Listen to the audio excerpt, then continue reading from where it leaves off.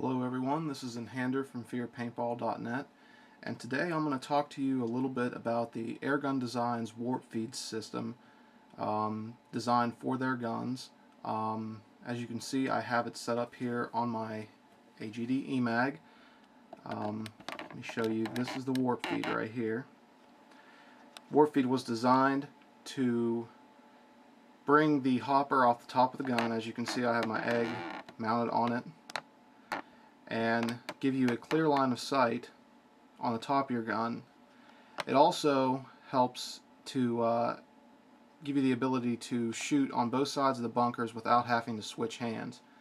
A lot of people have been asking me about what the warp feed is, how it works, what's the benefit of it. So I'm going to try to describe that a little bit to you guys today.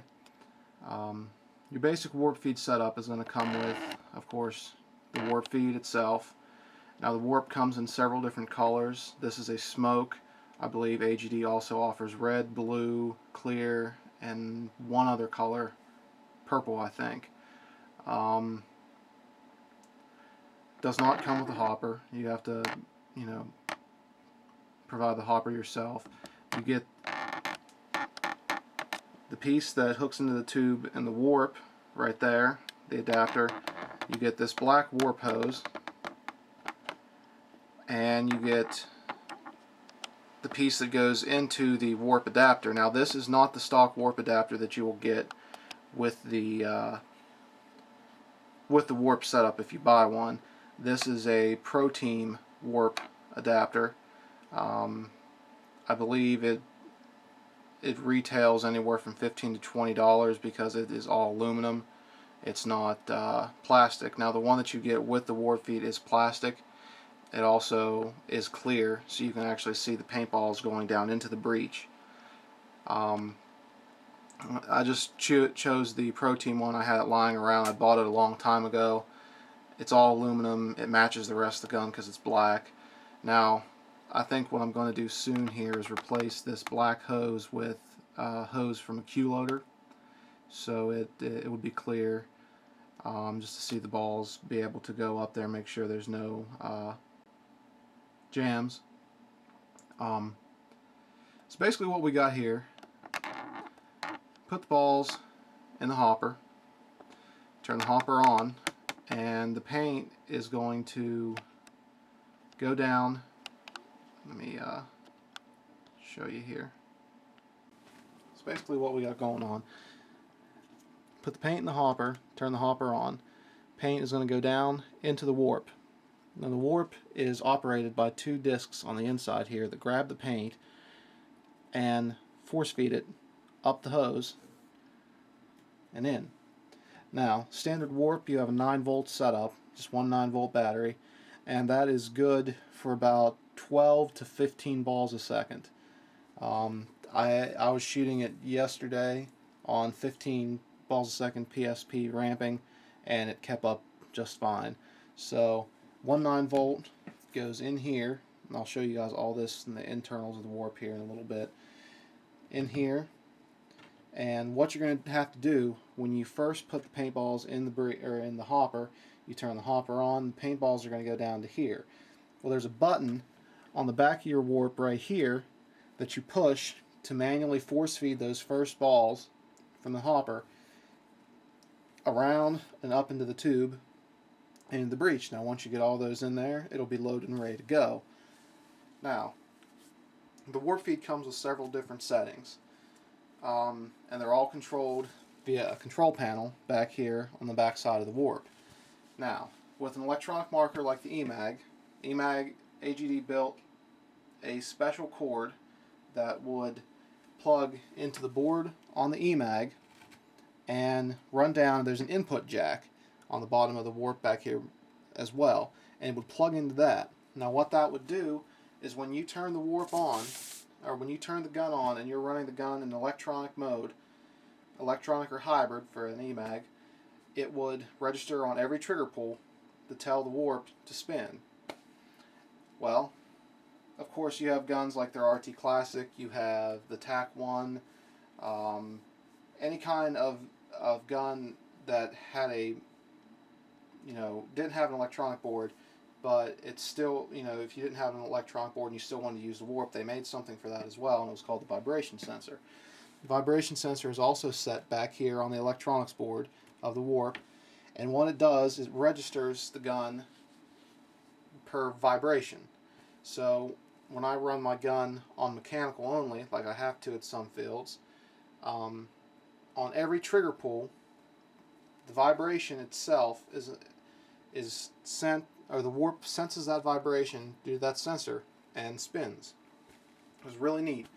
Now, when I had a warp feed set up on my EMAG or my Tac-One, of course the Tac-One is not an electronic marker, so the IntelliFeed, or the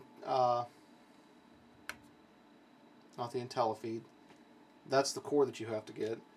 The grip setup, which I'm drawing a blank to what it's called now, but off Luke's Customs, he makes his own IntelliFeed switches for that grip that's on the EMAG, or on the Tac-One, I'm sorry. And you'd basically open the grip up, you'd install that small switch that he made, and plug it in just like I have back here on the input jack, just like I have the switch for the EMAG.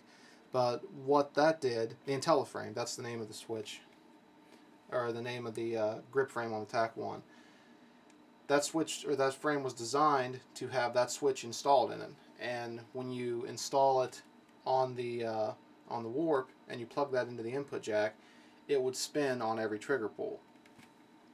So if in the event that your vibration sensor broke or anything along that lines, the IntelliSwitch was meant to be there. Every trigger pull that you take, it would spin.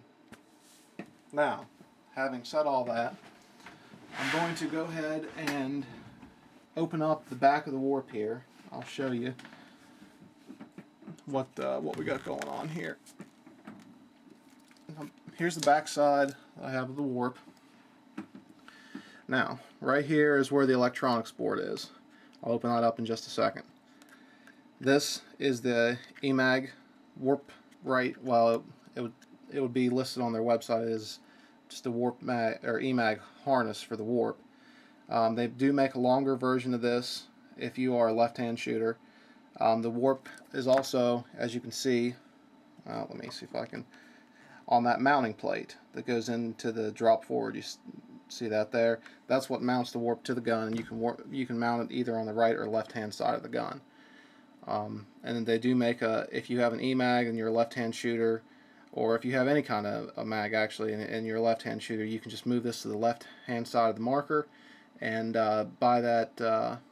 If you have an EMAG, buy that cord for the left hand. It's, I think, $1 or $2 more than what this one is, and it's just a little bit longer of a cord.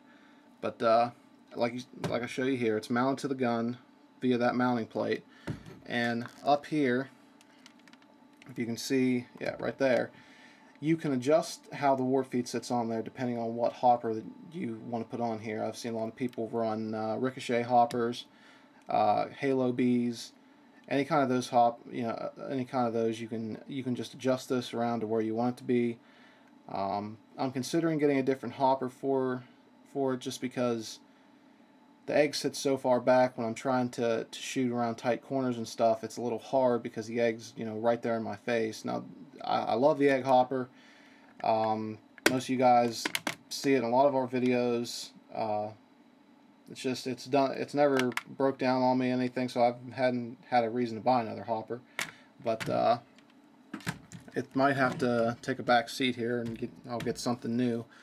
But I'm going to go ahead and pause this, and I'm going to open up the electronics board. As you can see, there are 3 screws. Now, you don't want to take these in and out all too often because they do go into plastic, and eventually that plastic will get wore down if they're tightened too much or anything like that. But I'm going to go ahead and pop this off here and let you guys see the inside where the jumpers are, and I'll explain all that when we open it up.